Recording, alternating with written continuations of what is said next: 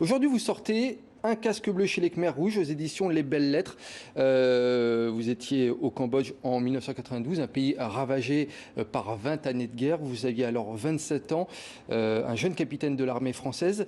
Vous racontez dans ce livre cette première mission au sein de l'armée française.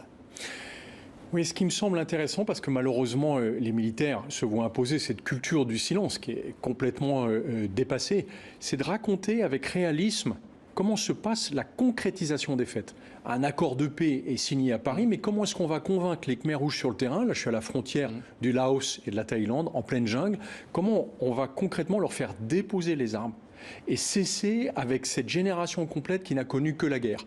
Ça a été une aventure assez étrange. Et si je fais le lien avec le Rwanda, ce que j'ai trouvé extraordinaire au Rwanda, c'est qu'en moins de 30 ans, les Rwandais ont réussi à remonter complètement un pays qu'on a laissé en ruine avec le génocide. Alors que malheureusement au Cambodge, même après l'opération de l'ONU, la guerre a cessé, mais la reconstruction est toujours en cours. Toujours en cours. Vous dites que c'était difficile de négocier, de discuter avec les Khmers rouges, les Cambodgiens, mais aussi avec les forces de l'armée du monde, comme on l'appelle, 46 nationalités en tout, un melting pot.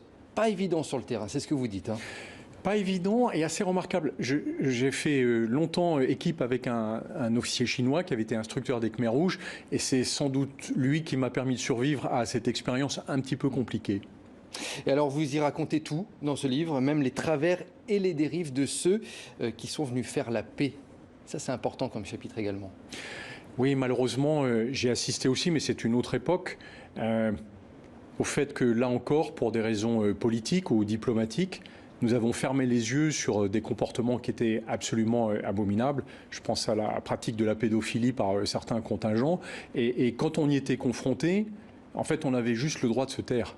Et ça, je pense que c'est ce qui a changé avec la génération qui nous a suivis, c'est que désormais, on a les moyens techniques, mais surtout ce courage, cette volonté de dire les choses telles qu'elles sont et pas telles qu'on aurait aimé qu'elles soient. Ce livre, celui que vous avez sorti avant sur le Rwanda, ce sont des travaux importants pour l'exercice de mémoire, pour le devoir de mémoire, selon vous? Je pense surtout que c'est qu'une contribution qui est réduite, parce que je ne fais que donner une pièce du puzzle, mais qui montrait bien que le puzzle général qui avait été présenté pendant 27 ans aux Français était complètement faux, puisque ma pièce ne s'y inscrivait pas. Et c'est vrai que quand j'entends encore aujourd'hui un Hubert Védrine, après le discours du président Macron, continuer à nous expliquer ces thèses complètement négationnistes sur l'existence d'un deuxième génocide ou sur le fait que les Tutsis seraient à l'origine de leur propre génocide, je dis que c'est grâce à ces contributions qu'on peut rompre avec le silence et surtout éviter que ce silence ne devienne amnésie.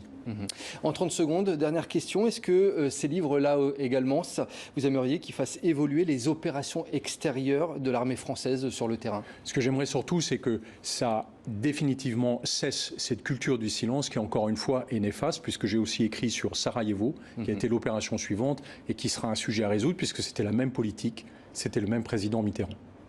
Guillaume Ancel, merci beaucoup. Un casque bleu chez les Khmers rouges, c'est sorti aux éditions Les Belles Lettres. Merci d'être venu sur le plateau de TV5 Monde pour tous ces éclairages. Merci à vous.